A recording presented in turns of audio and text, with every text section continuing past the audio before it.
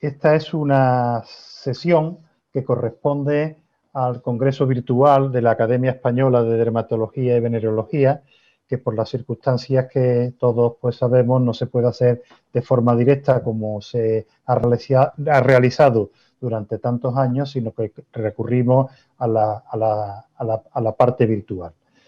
Quiero hacer un agradecimiento importante, en primer lugar, a las personas que han hecho posible que esto se lleve a cabo, como son las personas organizadoras del Congreso, y muy especialmente a los trabajadores de la Academia Española de Dermatología y Venerología, que han trabajado pues, de forma reiterada, muy especialmente a Cristina Alburquerque, porque hacen posible que todo esto se haga dentro de cierto orden y para el provecho de todos. Vamos a hacer un tema, como se hace desde la parte de la Fundación Piel Sana, que saben ustedes que es la fundación de la Academia Española de Dermatología y Venerología, y que una de sus misiones es la de tener relación con las asociaciones de pacientes. Bueno, pues todos los años hemos hecho una reunión y este año lo vamos a realizar hablando fundamentalmente de una mejor conexión con los pacientes. Esto creo que es algo que interesa tanto a las asociaciones de pacientes, a los pacientes propiamente dichos y, por supuesto, a los médicos, en este caso a los dermatólogos. Personalmente quiero que mi agradecimiento sea palpable para la doctora, los doctores y compañeros que van a participar. Los voy a ir enumerando sin alargarme mucho. Tenemos en primer lugar a la doctora Rosa Taberné, dermatóloga y trabaja en Palma de Mallorca. Al doctor Sergio Bañó, que es dermatólogo, que trabaja en el Hospital Ramón y Cajal de Madrid. La doctora profesora Aurora Guerra, es dermatóloga y bueno, ha trabajado en la Universidad Complutense de Madrid y en el 12 de octubre. A Guillermo Romero, que trabaja habitualmente en Ciudad Real y que es coordinador de un grupo de trabajo de la academia que se llama E-Dermatología e Imagen, y a una serie de personas que vienen en representación de las asociaciones de pacientes. Estos que he comentado representan a la Academia Española de Dermatología. Bueno, y un servidor de ustedes, yo me llamo José Carlos Moreno y soy presidente de honor de la Academia Española de Dermatología. De las asociaciones de pacientes, pues han tenido a bien venir a estar con nosotros África Luca de Tena, que es responsable de la Asociación de Pacientes con Dermatitis Atópica, Teresa Tejero, que pertenece a la asociación y es gerente de la Asociación de Enfermos con Hidrosadenitis, a Antonio Martorell, que es Antonio Manfredi, Antonio, esto es las confianzas, que nos conocemos desde hace muchos años y que es periodista de Canal Sur y además participa en la junta directiva como vocal de la Acción Psoriasis. Y a Silvia Pérez Ortega, que es presidenta de la Federación Española de Lupus, que además va a celebrar pronto su día. Dentro de los que hemos incluido como participantes en las redes, fundamentalmente, pues son José María Martínez. Él forma parte también de la Fundación Piel Sana, pero sobre todo es director del New Medical Economy y forma, como ya hemos dicho, parte del patronato de la Academia Española de Dermatología. Celia Marín, que es presidenta de Psoriasis en la Red. Ángeles López, que es responsable del área de comunicación de la Academia Española de Dermatología y de la Fundación Persana, a Jaume García Castro, que es responsable de comunicación del grupo de pacientes de urticaria crónica, y por último a diplomados universitarios en enfermería, entre los que contamos a Jorge López Gómez, que es secretario adjunto a la Secretaría de la Presidencia de la Acción de Enfermería Comunitaria, a Trinidad Carrión, coordinadora de Tecnología, Información y Comunicación en la Asociación Enfermería Comunitaria. Habíamos contado en principio con la presencia de Susana Gainteán, pero también por un problema no ha podido estar presente con nosotros. Y por último, una persona que quizás se incorpore más tarde, si no lo ha hecho ya, que es Pedro Soriano, que es enfermero y es profesor en el Departamento de Enfermería de la Universidad Europea. Tanto son personas que de alguna forma importante están vinculados con asociaciones, con la dermatología o con las redes sociales, y vamos a empezar esta sesión y les voy a comentar cómo va a ser un poco el ritmo de la misma. En primer lugar, va a haber un análisis sobre lo que es la desinformación en dermatología, que lo realizarán los señores Carlos Mateo y el señor Mariscal, y que hablarán respectivamente de bulos en dermatología y de cómo potenciar la confianza en el dermatólogo como fuente de información veraz. Posteriormente, cada uno tiene asignado un grupo de trabajo, digamos, entonces cada grupo de trabajo se reunirá y se han dividido en consulta presencial, redes sociales y teleconsulta. Cada uno se reunirá durante aproximadamente media hora para hablar, para discutir y para sacar una serie de conclusiones. Y por último, a las 8 habrá una puesta en común cada portavoz de cada grupo, que ustedes mismos, de forma democrática, como debe de ser, eligen al que corresponda. Y al final, pues yo me encargaré de hacer las conclusiones finales y fundamentalmente el cierre. Por lo tanto, reitero mi agradecimiento a todas las personas que han participado y a las que van a participar en esta reunión. Iba a decir evento, pero es que me da mucho coraje. Y darle la palabra a unos de los que han sido cabezas visibles también en la creación de este seminario, y que es Carlos Mateo, que es coordinador del Instituto Salud Sin Bulos. Carlos, cuando quieras puedes tomar la palabra. Buenos días virtuales. A muchos de vosotros ya os conozco pues en persona, a otros por las redes. Soy director de una agencia de comunicación, ComSalud, y coordinador del Instituto Salud Sin Bulos, que es una iniciativa que pusimos en marcha hace 2 años y medio con la Asociación de Innovadores en eSalud, de la que Sergio Bañó es presidente. Y bueno, pues nosotros tenemos como objetivo es combatir la desinformación en salud. Lo hacemos de la mano de las sociedades científicas, entre ellas la EDV. Y bueno, empezamos desmontando bulos. Sergio pues ha colaborado pues, en desmontar algunos de ellos. Pero nos dimos cuenta también de que había un motivo por los que los bulos llegaban tanto, ¿no? Y podían afianzarse un poquito más, que era porque muchos pacientes no estaban satisfechos con la información que recibían de su profesional sanitario. Ahora analizaremos después por qué puede haber ese problema, ese gap, ¿no? en esa confianza. Y bueno, yo creo que es muy importante que lo podamos debatir entre todos y sacar conclusiones. Hemos enviado un dossier de estudios que hemos encontrado relacionados con la comunicación clínica, que bueno, luego haremos un pequeño resumen. Y bueno, pues se trata de eso, de cómo podemos mejorar esa comunicación con el paciente para que haya pacientes que confíen en el dermatólogo, que confíen también en su enfermera relacionada con la dermatología, y que no acudan a Doctor Google o Doctor Alexa también, que podemos tener. Y bueno, no se dejen llevar tanto por la desinformación, porque hay auténticas barbaridades, como ahora os contará mi compañero Ricardo Mariscal, que es responsable de Relaciones Institucionales de Salud Sin Bulos. Y ya sin más, vamos a hablar en primer lugar de esta desinformación. Claro, Ricardo, luego yo trataré el tema de la comunicación clínica, y luego tendremos como media hora para debatir pues entre todo lo que hemos presentado, ¿qué os parece? ¿Cómo podemos mejorar esa comunicación con el paciente? Yo creo que esta experiencia ya lo hemos repetido en otras patologías, lo hemos hecho también en lupus, y la verdad que yo creo que salen ideas muy buenas cuando empezamos a debatir entre todos. O sea que nada, gracias a todos por asistir y nada, doy paso a Ricardo Mariscal. Yo voy a hablar brevemente, en 15 minutos, sobre los bulos de salud en dermatología, cómo viralizan, cuáles son sus características y algunas claves rápidas para identificar estos bulos y contar a los pacientes estas claves. Ya está. Como te decía, que vamos a empezar un poco de forma relajada con un poco de música y con unas mariposillas, una música muy relajante.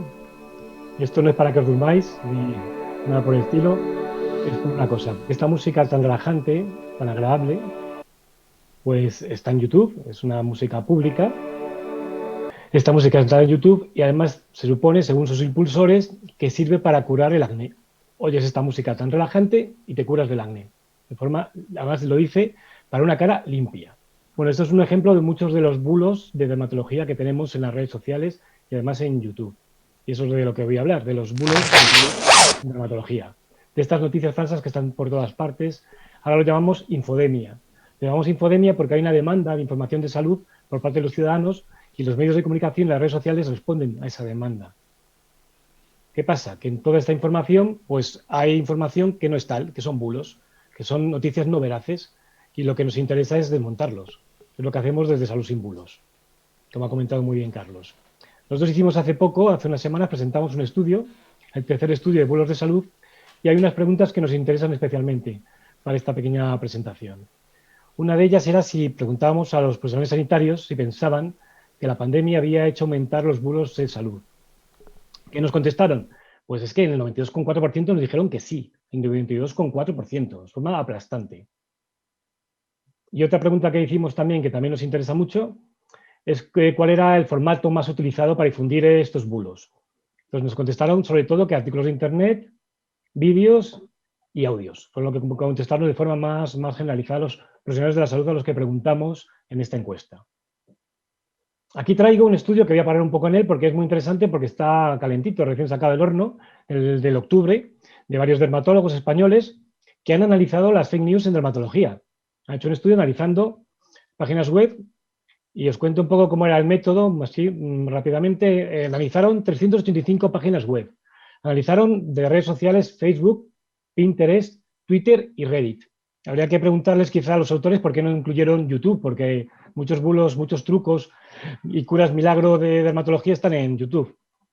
El caso es que lo que resultaron, lo que encontraron después de este estudio, hicieron una categoría, hicieron un análisis por categorías, precisos, confusos o imprecisos.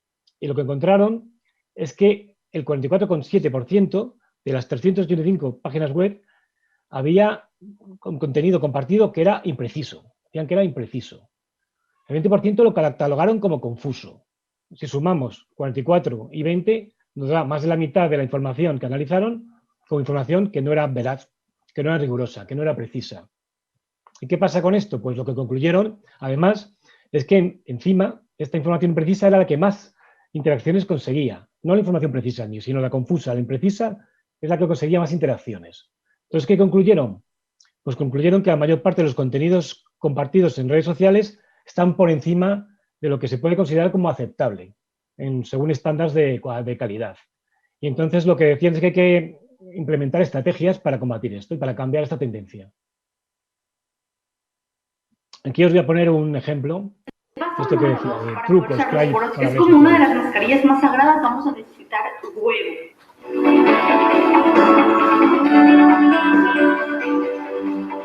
Mi recomendación es que metan la yema al congelador al menos unos 20 minutos para que esté súper fría. Y vamos a batir muy bien.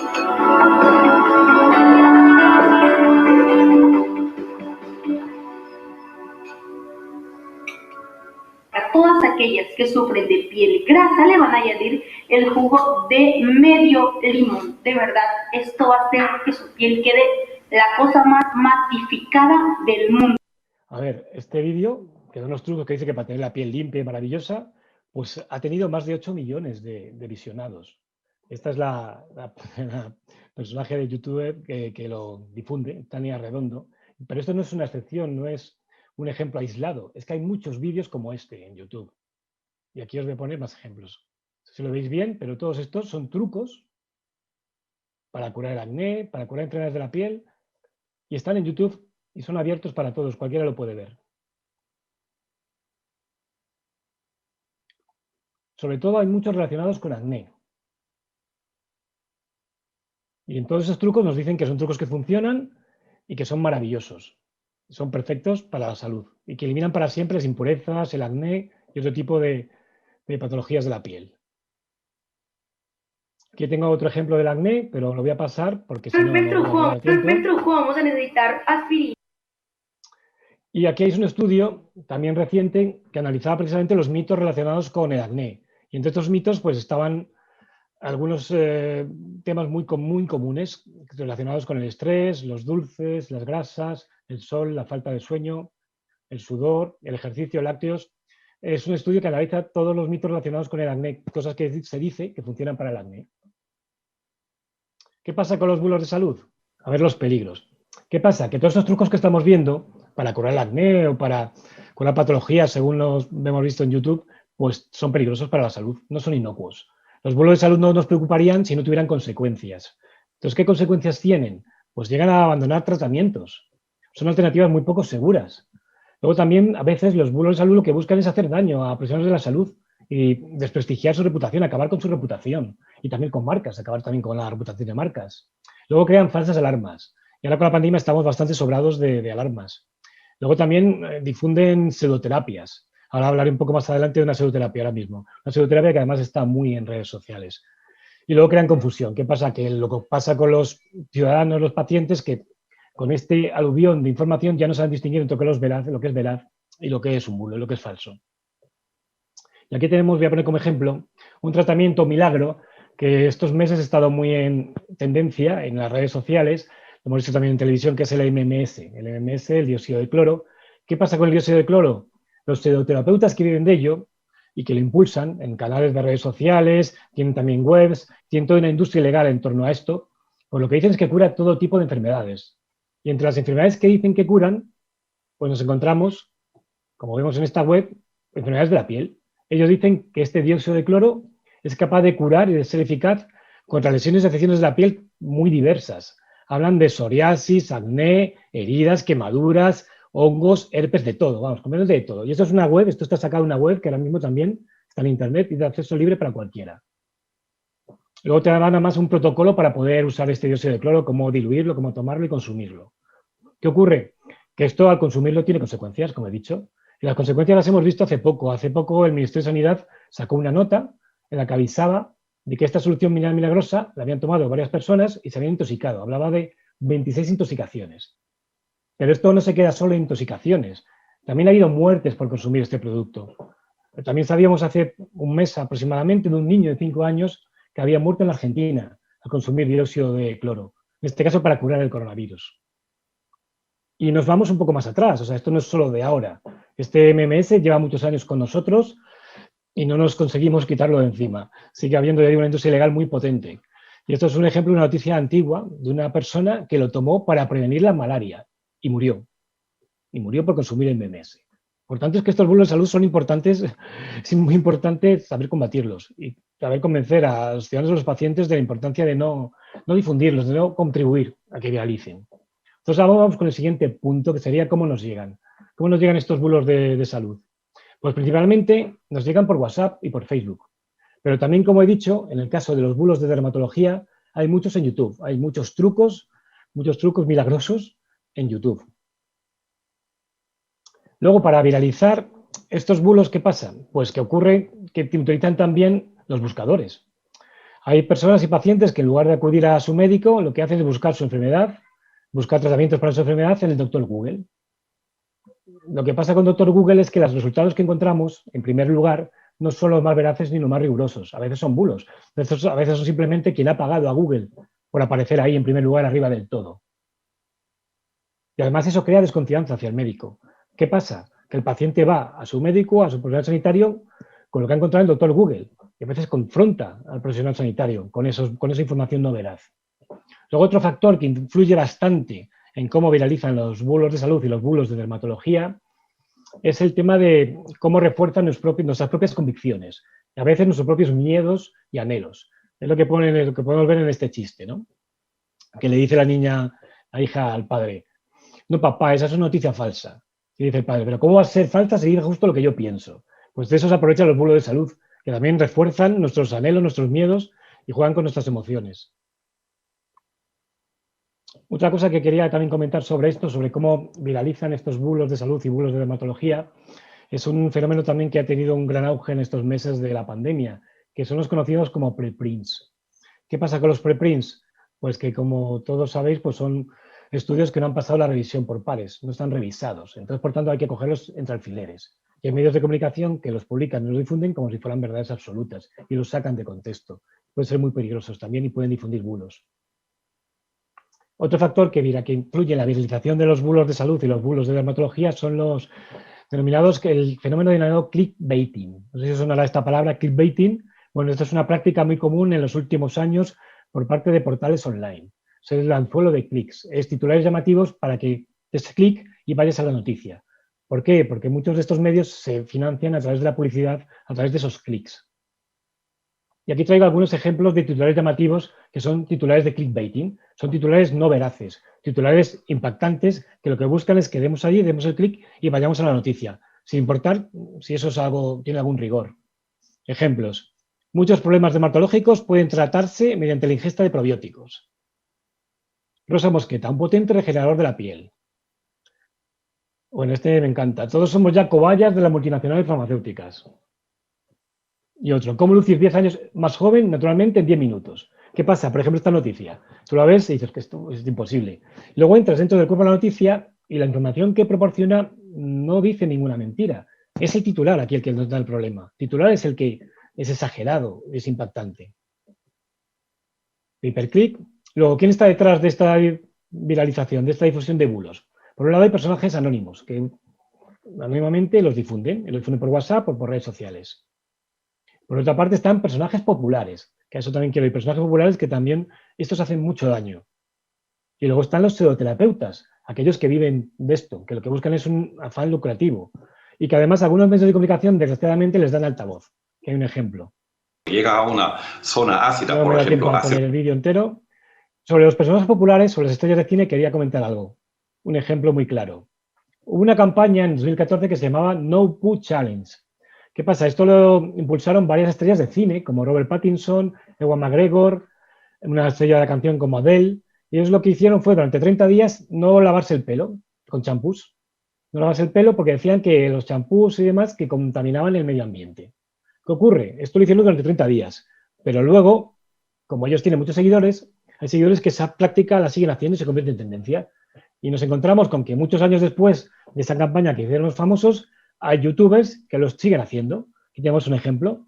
Esta chica seguía ese método, no lavarse el pelo. Otro ejemplo. Aquí tenemos otra chica que también dice que durante 3 años no se ha lavado con champú. Dice que es la mejor decisión que haya hecho en su vida. La mejor decisión. Y luego esto es de ahora mismo, es de 2020. Y tiene 72.000 o 73.000 visualizaciones. Esta chica también ha seguido la misma práctica, el no llevar champú, no utilizar champú para lavarse el pelo. Me queda muy poco tiempo. Combatir los bulos. Vale, ¿cómo podemos combatir los bulos? ¿Cómo podemos contribuir a desactivarlos? Aquí tenemos un ejemplo del doctor Sergio Bañó, que está con nosotros. A lo mejor luego nos puede comentar mejor este tuit, pero el tema es que hay que seguir a referentes. Es importante seguir a referentes a los que ya están divulgando en salud y están desmontando los bulos en redes sociales. Como en este caso, Sergio Bañó, que lo que hacía es que desmontar pues, los mitos sobre los champú anticaída. Luego también se puede hacer mediante campañas de concienciación. Esta es una campaña que hicimos con la academia relacionada con bulos en fotoprotección. Lanzamos unas actividades que funcionaron muy bien. Esta es otra de las cosas que se puede hacer para combatir estos bulos y para llegar a los ciudadanos. Más cosas. Pues también lo que hay que hacer es recomendar fuentes fiables y claves para pacientes. Y respecto a claves, ya muy rápido porque veo que me quedo sin tiempo, voy a dar primero 4 claves muy sencillas para que el dermatólogo, el profesional sanitario, pueda contar a sus pacientes. Por ejemplo, para reconocer un bulo que nos lleva por WhatsApp. Pues hay bulos que vienen con mensajes de vida o muerte, muy llamativos, muy exagerados, que alertan sobre un peligro mortal. Eso nos tiene que hacer sospechar. Luego hay bulos que nos llegan con errores de sintaxis. Esto es así porque normalmente son traducciones automáticas de Google, que son bulos internacionales y los traducen automáticamente y, claro, tienen errores. Luego, siempre tienen petición de difusión. ¿Para qué? Para viralizar. Y luego buscan un argumento de autoridad, buscan un médico o estudios, pero ¿qué pasa? Que esos estudios o médicos son falsos, son inexistentes. Los trolls, bueno, esto venía a cuento del tema de que no hay que alimentar a los trolls. Ahora mismo hay muchos trolls en Internet que buscan autoridad y que buscan polémicas falsas. A estos no hay que darles de comer, no hay que entrar en su juego de replicar. En cambio, los bulos de salud sí que hay que desmontarlos. Pero los trolls, que son personajes anónimos con seudónimo, que no tienen casi seguidores y que buscan solo autoridad, hay que ignorarles. Vale, pues para analizar esto, por ejemplo, este bulo que comentaba, estas informaciones que sospechamos de ellas, ¿qué podemos hacer? Preguntarnos primero qué medio la ha difundido y si hay más medios que han difundido esa información. Contrastarlo. Luego ver si tiene autor, si el autor es un periodista. Luego ver si podemos detectar la intención. ¿Había una intención en esa información? ¿Busca informar, busca opinar, busca divertir? ¿O realmente ya vemos que busca vendernos algo? Y luego, respecto al contenido, pues ver eso, si hay un contraste dentro de la misma noticia o fuera, a qué fuentes hace referencia, si esas fuentes se pueden comprobar. Si es un médico, ese médico existe. Si es un estudio, ese estudio ha sido publicado en una revista prestigiosa.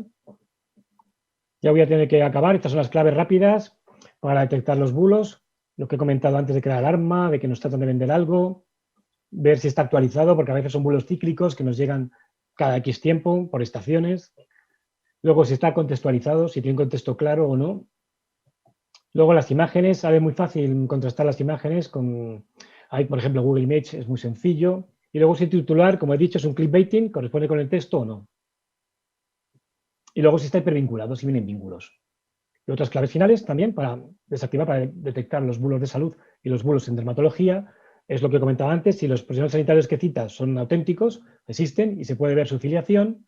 Si hay también estudios que cite, que publicados en fase 3, que no sean preprints, por ejemplo. Si son preprints, ya digo que a lo mejor debemos sospechar. Luego, si los testimonios se basan en testimonios auténticos, porque también hay en YouTube y en redes sociales muchos testimonios falsos. Luego, si cita términos inventados. Si recomienda recetas caseras, ya hemos visto todos los trucos que hay en YouTube de recetas caseras. Y por último, si son tratamientos autorizados. Y yo voy a acabar ya aquí, me pasa un poco de tiempo, pero no mucho. Y van a lanzar una serie de preguntas muy sencillas y luego Carlos hablará de la comunicación clínica, de cómo mejorar la comunicación clínica. Muchas gracias. Bueno, pues vamos a abordar un poco la comunicación clínica en 3 ámbitos, en la consulta presencial, en las redes sociales y en la teleconsulta, ¿vale? La verdad que al final se trata de diferentes medios, pero yo creo que los consejos son válidos para cualquier ámbito. Luego, si queréis, lo comentamos, a lo mejor no estáis de acuerdo conmigo, pero bueno, para eso están los debates, ¿no? Para comentar todo esto. Bueno, nosotros hicimos una encuesta el año pasado a profesionales sanitarios y nos decían los profesionales que, pues debido a la sobreinformación existente en la red, los pacientes estaban poniendo en duda la información que les facilitaban los profesionales sanitarios. El 65% de los profesionales sanitarios nos decían esto, ¿no? La verdad que es un dato pues, muy preocupante. Bueno, pues esa es la encuesta que hicimos en 2019 y la hemos repetido en este año. Bueno, ¿qué creéis que este porcentaje ha aumentado o ha bajado? Pues vamos a verlo. Pues ha aumentado, ¿vale? O sea, esto, desde luego, si teníamos un problema de desinformación, de bulos el año pasado, este año ya hemos roto todas las barreras con el tema del COVID, ¿no? Yo creo que lo hemos vivido de una manera extensiva en todos los ámbitos, en las redes sociales, en nuestro WhatsApp, nos han comentado toda la gente de nuestro alrededor, oye, me he enterado de no sé qué, bueno. Bueno, pues tenemos aquí, por una parte, la desinformación y, por otra parte, la desconfianza, ¿no? En el profesional sanitario. Yo os pregunto, para que luego no que me contestéis ahora, sino para que lo tengáis en cuenta de cara al debate, ¿qué va antes? ¿Esa desinformación o la desconfianza? ¿Es porque hay desinformación, la gente desconfía en el profesional sanitario? ¿O porque desconfía en el profesional sanitario, busca información? Está pasando sin que yo lo No sé por qué, realmente no sé por qué. Y busca información en Dr. Google, ¿vale? Yo creo que esto es algo que podemos comentar después, si os parece. Vale, bueno, pues os dejo algunas recomendaciones que han salido recientemente. Mira, esto es un estudio que se ha publicado en la revista europea de la Academia de Dermatología Europea. Decía que los médicos con buenas habilidades de comunicación experimentan menos consultas difíciles, ¿vale? El 8% frente al 23%. Esto ya nos da una indicación, esto fue un estudio que se publicó pues hace tiempo, ¿vale? Pero yo creo que los resultados pueden ser perfectamente aplicables ahora, de cómo es tan importante la comunicación para aumentar esa confianza con el paciente. Y este sí que es un estudio que se ha publicado ahora recientemente, ¿vale? Relacionado con la pandemia, y decía que durante una crisis sanitaria un estilo de comunicación empático es más eficaz cuando se intenta presionar a la población para que tome medidas preventivas o para evitar comportamientos dañinos, ¿vale?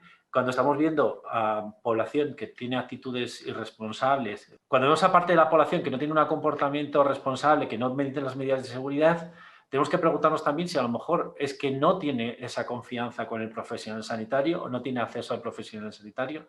Pero bueno, podría ser una pista, ¿no? Ya sabemos que si tenemos la posibilidad de tener a un paciente al que le estamos convenciendo con la comunicación, vamos a tener un paciente que va a ser mucho más adherente. Un paciente que va a seguir más las recomendaciones, ¿vale? Al final, hay muchos estudios que coinciden en una cosa, que un paciente que está siendo orientado por un profesional sanitario es un paciente que está más protegido frente a la desinformación, que está más informado, que confía más en ese profesional sanitario, que es adherente al tratamiento y que está satisfecho con la información que recibe. Y es básicamente esto, no porque lo diga yo ni porque lo digan los estudios. Al final podéis mirar las páginas de valoración tipo Doctoralia, etcétera, y veréis lo que están valorando los pacientes, ¿no? Al final es esto, es la comunicación. Bueno, ¿cuáles son las claves que nosotros hemos encontrado en diferentes estudios para esa mejora de la comunicación clínica con el paciente? Bueno, por una parte, la humanización. Otra es la escucha activa. Por otro lado, la información veraz. Y por último, la comprensión. Vamos a analizar brevemente cada uno de ellos. En el tema de la humanización, ¿vale? ¿Qué es lo que nos están diciendo los estudios? Que es importante que valoren los pacientes, que haya privacidad, que haya un espacio que permita la intimidad, la confidencialidad, que no haya barreras, con una buena iluminación, sin ruidos ni interrupciones, ¿vale? Esto, pues, realmente no siempre ocurre, ¿no? Sobre todo en situaciones que hemos visto en algunas imágenes relacionadas con el COVID, no tenemos esa privacidad, no tiene el paciente esa intimidad, pero bueno, sí que es algo fundamental. Y las redes sociales, pues, ¿qué sería algo totalmente reprobable? Que se perdiera esa confidencialidad, como desgraciadamente lo han hecho muy pocos profesionales, desde luego, esto es una excepción, no tenemos que llevarlo a ninguna categoría, pero esto sería, por supuesto, un ejemplo de lo que no se debe hacer, ni siquiera aunque no se le reconozca al paciente, ¿no? Aunque sean imágenes que no se le reconozcan, pero esto no es precisamente confidencialidad e intimidad. Yo creo que ahí estamos totalmente todos de acuerdo. Y bueno, ¿qué sería en el ámbito de la teleconsulta? Pues esa confidencialidad, pues utilizar sistemas fiables, sistemas seguros, que eso no está ocurriendo ahora mismo. Guillermo aquí nos podrá dar una disertación.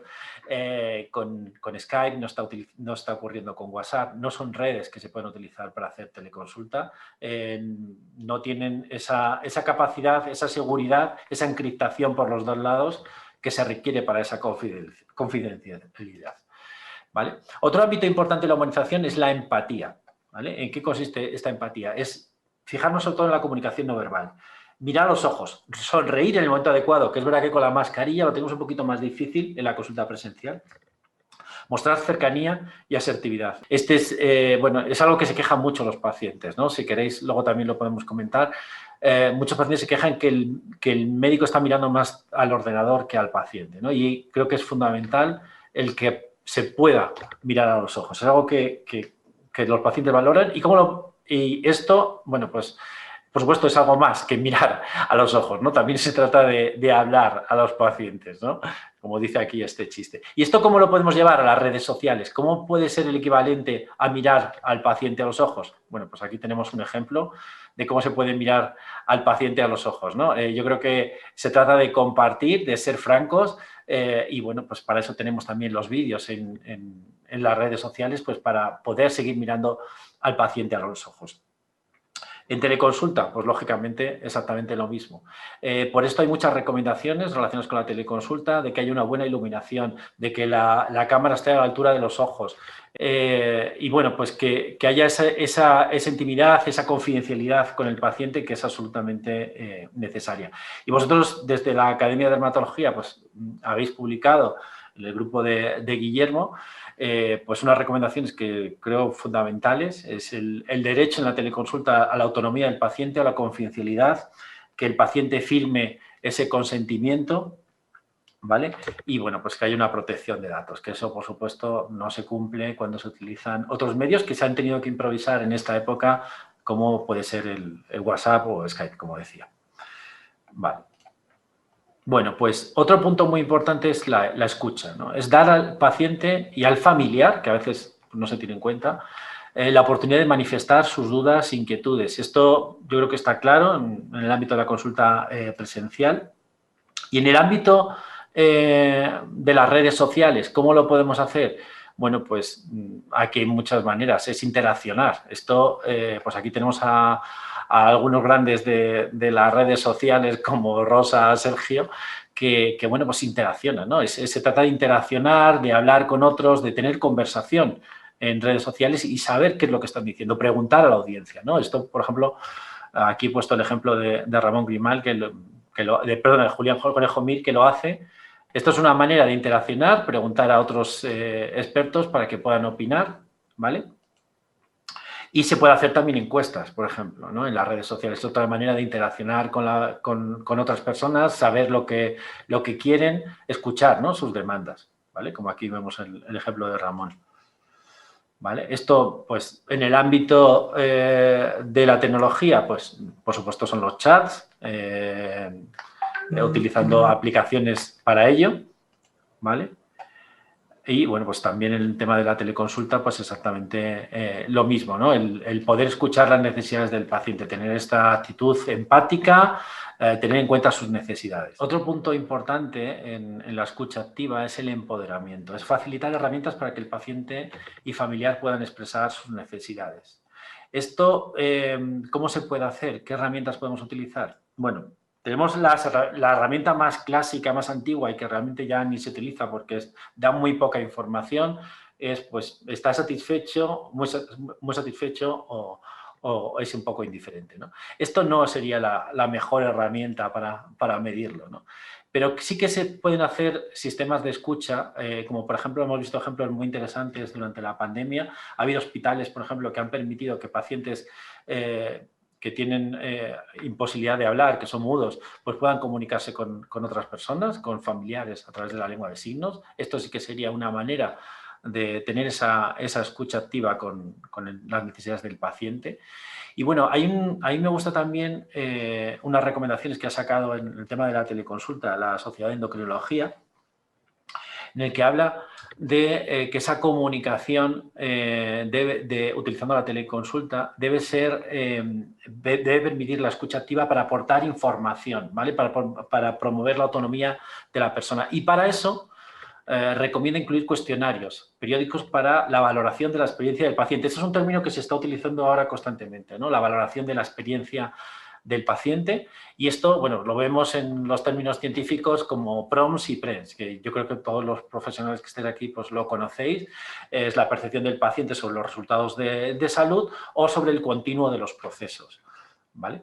Y esto del continuo de los procesos, de cómo poder estar midiendo todo lo que está sintiendo el paciente, cuál es su experiencia, desde luego, ¿cómo lo podemos conseguir? Bueno, pues con los temas de telemedicina. Hay también un estudio que se ha publicado recientemente, vuestro, en el que se habla de la importancia que en los métodos telemáticos se puedan utilizar la oportunidad de que el paciente se le pueda tener en cuenta pues a través de las televisitas, ¿no? Que puedas tener un consentimiento informado, que tengas que se establezcan pautas claras para el paciente. Yo creo que esto es fundamental pues para el paciente, que se sienta escuchado, ¿no? Que es al final de lo que se quejan muchos, ¿no? Y como os decía, lo que nos están permitiendo la tecnología, lo que nos están permitiendo ya muchos wearables, muchos dispositivos, es tener esa monitorización continua del paciente para que al final tengamos una información no solamente rellenando una encuesta, ¿no? Sino a través de muchos parámetros nos va a dar una oportunidad, esto se llama también el Big Data, las grandes cantidades de datos, nos da una oportunidad para saber si el paciente pues está satisfecho con un tratamiento, si sigue un tratamiento, etcétera, ¿no? No es nada que no haga ahora mismo las grandes plataformas como Google. Bueno, también otra cosa importante, cuando hablamos de información veraz, el otro capítulo, es la proactividad. Es proporcionar la información más relevante al paciente de forma proactiva, ¿vale? Sobre todo la relación con su calidad de vida y a las posibilidades de diagnóstico y tratamiento. No se trata de ser reactivos, sino proactivos. ¿Y esto qué significa? Bueno, pues hay muchos estudios al respecto, es involucrar al paciente en la toma de decisiones, ¿no? Del tratamiento, del diagnóstico, que es algo que, bueno, pues yo creo que ya todos lo hacéis de manera habitual. Involucrarle, hacerle partícipe de la historia clínica, enseñarle la historia clínica, que conozca toda la información. Hay incluso un movimiento en redes sociales para pedir los datos, de que el paciente tiene derecho a conocer todos sus datos, que eso muchas veces está en la teoría, pero en la práctica a veces no se cumple. ¿Qué significa ser proactivo? Pues ser proactivo en redes sociales no significa darle a me gusta, darle un like. No, eso no es ser proactivo, eso es ser reactivo. Realmente lo que se trata en redes sociales es ser, bueno, pues generar contenido, ¿no? Y esto, yo creo que tenemos ejemplos buenísimos, cantidad de dermatólogos en redes sociales que lo trabajan, ¿no? Que hacen posts, que hacen contenidos que están muy trabajados, que da información constantemente, da información muy completa, de manera muy entendible por el paciente. Esto sería información veraz, llevada a las redes sociales, ¿no? Tener toda la información para que el paciente pueda entender pues una explicación sobre el tema que sea. Otro punto importante es la transparencia. ¿Y qué significa esto? Dar acceso a toda la información que requiera el paciente sin que se le oculte nada, ¿vale? ¿Esto en qué consiste? Bueno, pues esto lo podemos ver, por ejemplo, aquí hay un estudio que se ha publicado pues, este año en el ámbito de la enfermería y la dermatitis atópica, que significa también que lo que nos está diciendo también exactamente lo mismo, ¿no? Darle al paciente toda la información que requiere, ya ese paternalismo afortunadamente pues está desapareciendo, que había en muchos ámbitos, y darle perspectivas realistas de tratamiento de resultados. De alguna manera, comprometerle en su propia curación, en su propio proceso, y eso al final contribuye a una adherencia al tratamiento y a la mejora de la calidad de vida. ¿Vale? De hecho, tenéis más estudios en el dossier que os pasamos. ¿Vale? Y esto, hay gente que lo lleva incluso más allá, ¿no? Hay cafés de la muerte, no sé si habéis oído hablar de ellos, pero donde se llega a hablar de procesos de la muerte, son cafés que están participando profesionales sanitarios, se estaban haciendo antes de la pandemia.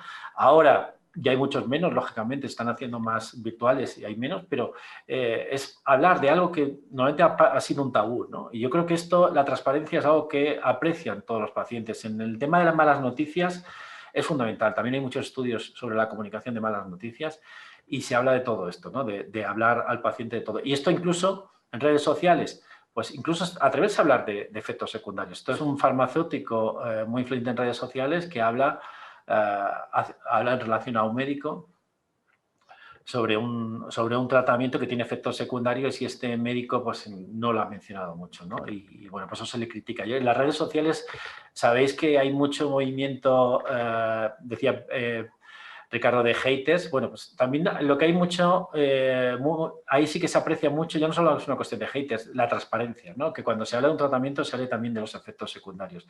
Y hay gente que no te lo perdona, que al final tú pases de largo sobre ellos, ¿no? Por eso en las redes sociales hay que llevarlo un poco incluso hasta más, ¿no? Dar toda la información. Y bueno, para eso tenemos los hipervínculos, para ampliar información, ¿vale? No lo podemos contar todo a veces en 180 caracteres, pero sí podemos hipervincular.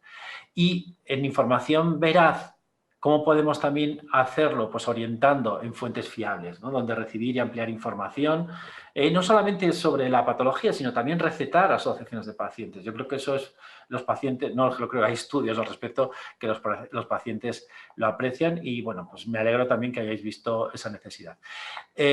Bueno, y un poco lo que nos estabais contando vosotros en la encuesta que hemos hecho antes, si se recomiendan, si los profesionales sanitarios recomiendan a sus pacientes fuentes fiables, ¿no? Y aquí, en la encuesta que nosotros decíamos, que hicimos, el 65% decía que recomendaba fuentes fiables. Otros años nos ha salido que el porcentaje era mucho menor, ¿vale? No sabemos si hay sinceridad o no, pero realmente sí que hay una carencia. Todavía no se recomienda lo suficiente páginas web, ¿no? Y yo creo que es algo que los pacientes lo aprecian, sobre todo cuando tenemos poco tiempo de consulta, es fundamental, ¿no? El recomendar páginas web donde ampliar información, ¿vale? En el ámbito de la teleconsulta, pues exactamente lo mismo, ¿no? Recomendar enlaces. Bueno, esto incluso también lo recomienda esta guía de teleconsulta que os comentaba antes, enlaces pues para ampliar información. Y luego ya por último, en el ámbito de la comprensión, pues utilizar un lenguaje sencillo, con frases breves. Esto pues lo aprecian muchísimo los pacientes. A veces se quejan de que parece que le están hablando en chino, no entienden absolutamente nada de lo que le están diciendo, ¿no? Y bueno, pues realmente a veces se puede comunicar lo mismo con unas palabras mucho más sencillas. ¿Esto cómo se hace en redes sociales? Bueno, pues tenemos aquí la gente que más, los grandes divulgadores de dermatología en redes sociales, pues utilizan, pues eso, un lenguaje sencillo, que todo el mundo lo puede entender. hay todavía médicos que tienen miedo, es que voy a estar en redes, voy a tener que divulgar demasiado. No, se puede hacer de una manera sin faltar a la veracidad, sin faltar a los criterios científicos, con un lenguaje que todo el mundo pueda entender, ¿no? Los grandes divulgadores, yo creo que tenemos varios ejemplos aquí hoy con nosotros y lo están haciendo así.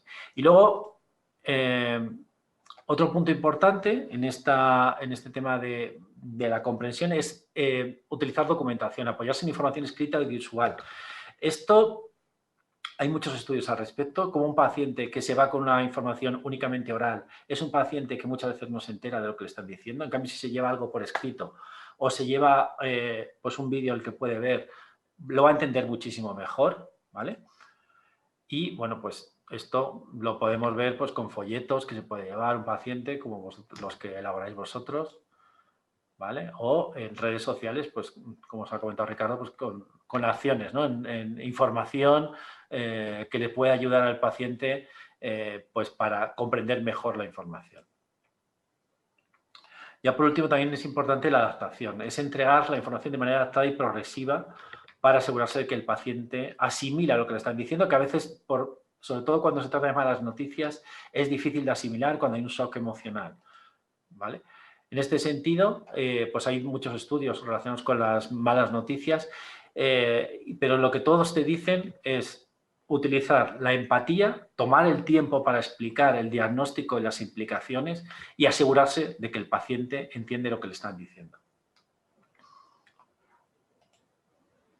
¿Vale? ¿Esto cómo se puede hacer en redes sociales? Pues mira, hay herramientas muy buenas, como por ejemplo los hilos, ¿no? Los hilos, como sabéis, en Twitter, tú cuentas una información y puedes ir sacando pues pequeñas piezas que van desarrollando toda la información. A veces no lo puedes contar todo de una vez, ¿no? Pues por eso los hilos es una herramienta muy buena que se ha puesto muy de moda en Twitter y, bueno, pues cada vez lo están haciendo más divulgadores, ¿no? Esto es una de las vías.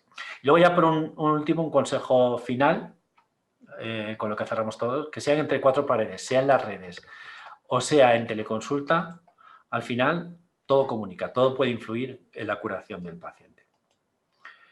Y nada más, muchas gracias por ser divulgadores de Derma sin bulos. Bueno, pues pasamos a la penúltima sesión de esta mañana y va a ser la participación de los portadores de cada grupo diciéndonos las conclusiones generales, no particulares a las que han llegado. Vamos a empezar por Sergio, cuando tú quieras. Bueno, gracias. Soy el portavoz del grupo de Cazabulos, formado por Antonio Manfredi, por Ricardo Mariscal y por José Carlos Moreno. Entonces, hemos llegado a 3 conclusiones. La primera es relacionada con las características de los bulos. Hemos llegado a la conclusión que estas características son las siguientes. Suelen ser bulos relacionados con nuevas terapias que solucionan de una forma rápida algún problema o necesidad existente de interés general y que normalmente aparecen en canales de alta difusión, como las redes sociales, principalmente YouTube y WhatsApp, y también en la televisión. Aparte de esta primera conclusión, la segunda, no menos importante, es cómo identificar estos bulos. Hemos seleccionado estos criterios. Lo primero, por ser algo mágico y que soluciona de forma rápida algo que la ciencia no había hecho previamente. Lo segundo, porque respecto a la fuente no hay un profesional sanitario o grupo de profesionales o sociedad científica o asociación de pacientes detrás. Y lo tercero, que no aporta una justificación científica para confirmar ese posible nuevo tratamiento. Y en último lugar, después de las características de los bulos y de cómo identificarlas, hemos discutido acerca de las estrategias para luchar contra estos bulos. Y hemos llegado a la conclusión de 3 estrategias. La primera, la educación sanitaria a la población general y el pensamiento crítico, que contrasten la información que ven en medios digitales con sus médicos, sus asociaciones de pacientes o sociedades científicas, y la importancia de educar a nuestros pacientes y población acerca de que sospechen ante una noticia supuestamente mágica. En segundo lugar, fomentar el que los profesionales sanitarios participemos en medios digitales aportando información con rigor, información fiable para que se posicione mejor que la información referente a los bulos en salud. Y en tercer lugar, la creación de plataformas tipo Salud sin bulos donde se puedan denunciar cuando alguien identifique un posible bulo, se denuncia a estas plataformas para que entre todos los profesionales sanitarios luchemos contra ellas. Muy bien, muchas gracias. Y bueno, te despido, pues si te tienes que marchar, ¿eh? Muchas Muchísimas gracias. gracias. Un placer por la invitación. Sí, habíamos dicho que las conclusiones del grupo de consulta presencial. Nuestro grupo, el de consulta presencial, ha estado formado por África Luca de Tena, Silvia Pérez Ortega, Jorge López Gómez y yo misma, Aurora Guerra. Al ser un conjunto de personas, pacientes, enfermeros y médicos, nuestras conclusiones han sido muy uniformes, muy de conjunto, y creemos que se pueden agrupar en varias parcelas. Por ejemplo, con respecto a los profesionales sanitarios, creemos que la consulta presencial hoy por hoy, y con sus limitaciones, es la más importante a la hora de recibir una información fidedigna. Bien es verdad, y aquí entramos en el apartado del entorno, que carecemos a veces de tiempo o de espacios adecuados para esta información, lo cual sería un buen objetivo mejorarlo. En cuanto a los profesionales sanitarios, añadimos que tener un personal de enfermería asociado a la consulta presencial sería muy interesante. Hablamos de situaciones ideales, pero lo ideal es lo que queremos perseguir. El profesional sanitario en una consulta presencial de enfermería ayuda también a la información, porque hay muchos momentos, por ejemplo, de cómo hacer curas o de cómo aplicar medicamentos en los que el enfermero va a tener un papel primordial. Sería, por tanto, importante que estuviese añadido a la consulta, si no puede ser con cada médico, al menos con equipos. Tenemos también, desde el punto de vista de los pacientes, una conclusión, y es que la información que el paciente no ha podido llegar a recibir en la consulta presencial puede ser transmitida a través de las asociaciones de pacientes. Por tanto, los profesionales sanitarios, dermatólogos, enfermeros, podremos suministrar a nuestros pacientes las páginas web de las asociaciones donde van a poder informarse sin bulos e incluso hacer preguntas genéricas que a veces tienen respuesta y que a veces, si no, pueden remitirse de nuevo a las asociaciones de dermatología, como es nuestra academia. Y realmente lo único que nos quedaba quizá por añadir es que hay derecho a la información y transparencia, pero no podemos olvidar también el derecho a la no información. Esto es, informar en función de lo que el paciente vaya demandando, sin contar a veces excesivos datos que a lo mejor no son necesarios y que pueden incluso empeorar el ánimo del paciente, sobre todo cuando son malas noticias. Emplear términos que sean fácilmente comprensibles para el paciente sería otra de nuestras opciones. Y finalmente, y vuelvo a decir, en una situación ideal, que a posteriori, pasada la consulta, si surge una nueva duda, pudiese haber un punto, tal vez un correo electrónico, en el que el paciente pudiese decir, no recuerdo si me dijo que podía hacer tal o cual cosa, y que pudiese recibir una respuesta a posteriori. Y finalmente, como resumen y compendio de todo, la empatía, que lo único que quiere decir es ponernos en el lugar, en los zapatos del que está enfrente y decir con verdadero interés, quiero ayudar a esta persona. Y si realmente el sentimiento es sincero, aunque no tengamos mucha formación en la comunicación, seguro que lo vamos a hacer bien. Muchas gracias, Aurora. Muchas gracias porque siempre dejar las cosas tan claritas y tan bien que da gusto. Así que a continuación, para cerrar la participación de los portadores de grupos, nos queda de teleconsulta. Bueno, buenos días. Mi nombre es Guillermo Romero y estoy en representación del grupo que hemos hablado de teleconsulta, que estaba compuesto además por José María Martínez, Teresa Tejero y Trinidad Carrión, que bueno, con representación por tanto de médicos, pacientes y enfermería en este grupo. Bueno, al hablar de teleconsulta es un tema quizá menos conocido porque a pesar de que cada vez va a más, y es importante distinguir que hay fundamentalmente dos modalidades, una teleconsulta de almacenamiento, que es la que veníamos haciendo antes de la pandemia, que lo que hace es que el médico de primaria remite datos clínicos y fotos. Entonces, claro, ahí hablar de humanización y tal es diferente, es diversa. Lo que está buscando ahí es dar accesibilidad. Lo que está buscando es priorizar los casos que necesitan venir rápidos a la consulta, como puede ser el cáncer o las urgencias, una enfermedad ampollosa, y por otro lado van a evitar la banalización de la medicina y sobre todo especializada y sobre todo ahora en caso de pandemia esto se ha agudizado, evitar que los pacientes vayan al hospital sin necesidad de, por temas que realmente no son tan importantes de que vayan. En ese sentido, con la pandemia ha habido un incremento muy potente de la teledermatología en muchas áreas y esto se ha visto, por ejemplo, en Cataluña han pasado de casi a un 80% en una estadística reciente que se ha hecho de derivaciones por telederma.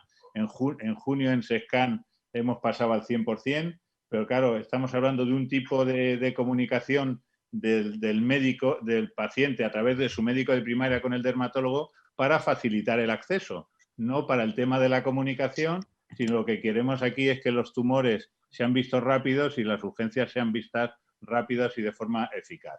Sin embargo, si hablamos, que es lo que centraba la enfermería a la hora de hablar y los pacientes en el grupo de comunicación, hablamos de humanización, escucha activa, información veraz, asegurar comprensión, es algo que puedes obtener si utilizas lo que llamamos teledermatología en tiempo real, que es usar la videoconferencia, o al menos si no tienes las herramientas, que es otra de las conclusiones que hemos hecho, de que nos hemos lanzado todos o no ha habido más remedio que hacer este tipo de actividades sin tener las herramientas adecuadas, o al menos tener el teléfono, ¿no? Porque el teléfono ha salvado en estos momentos de pandemia muchos pacientes para seguimiento o